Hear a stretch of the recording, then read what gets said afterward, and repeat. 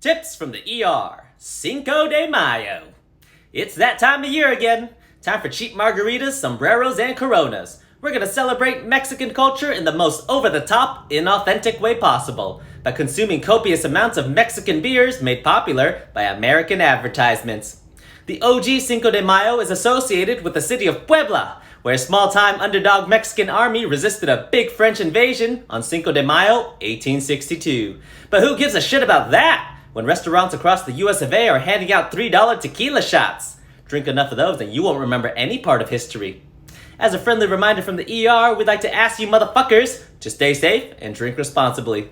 Look both ways before crossing the street, and if you're too drunk to drive home, sit your bitch ass down, put on a movie, I suggest Coco, and go the fuck to sleep. Wouldn't want you to end up in the ER, mi amors. Happy Cinco de Mayo, motherfuckers. Tips from the ER. High-functioning alcoholics.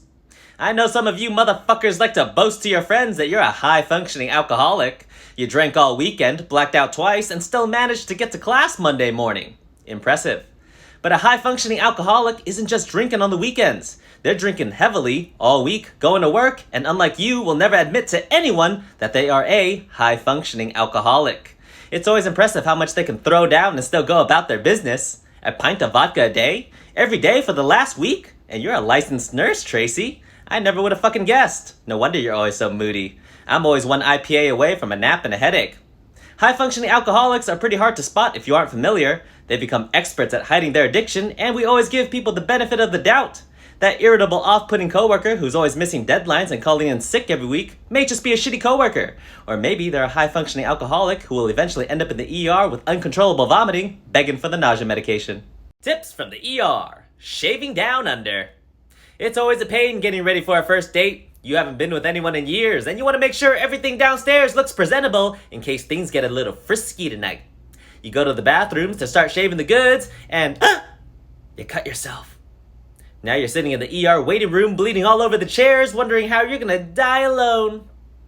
Luckily, this doesn't have to be you, motherfuckers! With the MANSCAPE Lawnmower 4.0. Get the best technology ball shaving has to offer, complete with LED spotlight, and it's waterproof, so you never have to miss a date again. I just used it, and I feel great. Tips from the ER. Code Brown. I know what some of you sick motherfuckers want this to be about, but you can shit the bed all you want. Code Brown has nothing to do with poop, unless that poop is falling from the sky, because Code Brown means there's a severe weather warning. That's right, motherfuckers. Tornadoes, hurricanes, blizzards, floods, whatever Mother Nature decides to kick our asses with, the hospitals will have one big decision to make. Shelter in place or evacuate. If a hospital is in the direct line of a tornado, you could bet your ass they're gonna evacuate, which won't be easy. We could barely get your senile grandma up to go to the bathroom. How do you think we're gonna convince her to run away from a tornado? If a hospital decides to shelter in place, they're gonna shut down all non-essential services and elective surgeries. So your boob job is just gonna have to wait, AA. As for the ER, we're not shutting down until that tornado hits the doorstep. We're essential. We don't get paid any more than anyone else in the hospital, but when the time comes, we will be sacrificed for the greater good. Code Brown! Tips from the ER. Code Gray. One of the most common hospital codes used in the emergency room. A code gray means there's an abusive or combative person on the loose, and it's not always the patient. Sometimes it's the patient's crazy family members. If a code gray has ever been called on you, it means you're being a little naughty, motherfucker, and you deserve a spanking. Not by me, of course. That's gonna cost you extra, but by our trusty security guards. Hopefully by the time they show up, you come to your senses and chill out, or else you're gonna get tackled, tied down, and restrained. It usually doesn't have to get too physical, though. Something about the sight of a bunch of security guards in uniform always seems to relax a violent person in the hospital. But in my experience, security guards also come in all different shapes and sizes. So let's hope the biggest ones show up, or we may all just have to get a little workout in today. Code Gray! Tips from the ER. Intubations. It's what happens when your body says, fuck it, I'm tired of breathing. We have to stick a tube down your throat into your lungs to manually give you some oxygen. We start with a big fancy blade that pops open your throat and helps guide that life-saving tube into your lungs, while at the same time avoiding that second hole in your throat that goes straight into your stomach. That's right, motherfuckers! You got two holes, and God only intended for us to put it in one of them. If this is your first time, don't you worry. We put a generous amount of lube on it to make sure it slips in nice and easy. Once the tube is secured, we hook it up to a machine that'll help you breathe. You might have heard of it. It's called a ventilator.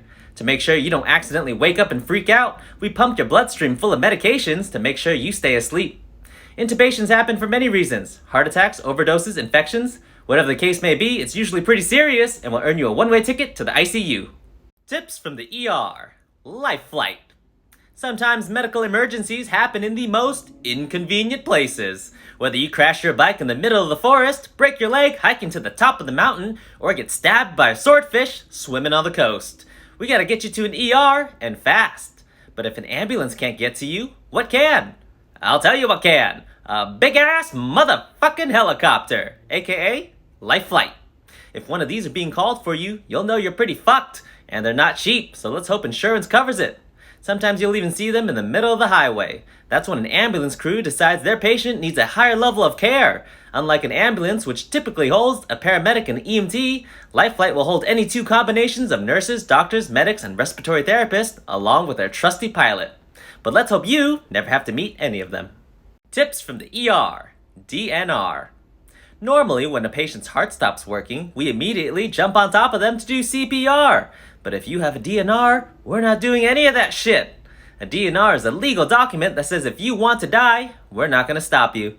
DNR stands for Do Not Resuscitate, and it can be signed into effect by you, your doctor, or a family member. So let's hope your family loves you. Wouldn't want them to sign your DNR while you're unconscious with a whole lot of life left to live.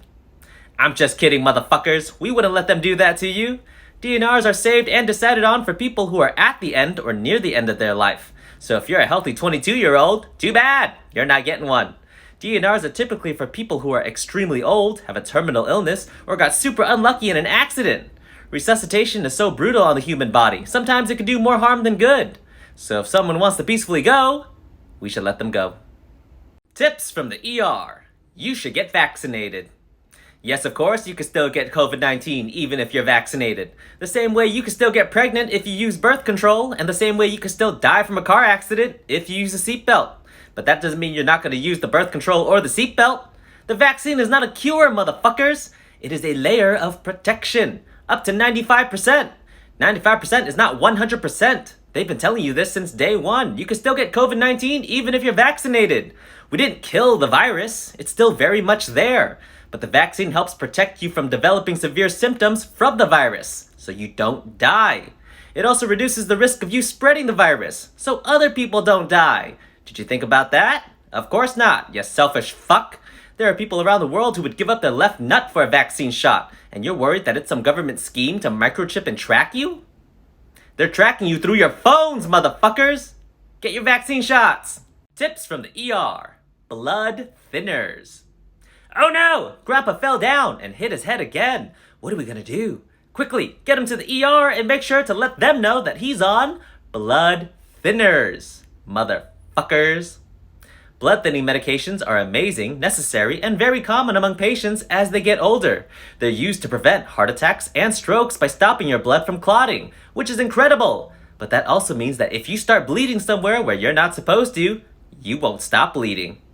That's right, motherfuckers! You're gonna leak blood faster and more efficiently than a 21-year-old on her time of the month. And that's why we need to know when Grandpa's on blood thinners, because even a minor accident can be fatal for someone on blood thinners. Normally, when someone gets hit in the stomach, they may just bruise and cry. But if someone on blood thinners gets hit in the stomach, they may bruise, cry, bleed out, and die. So make sure to let us know.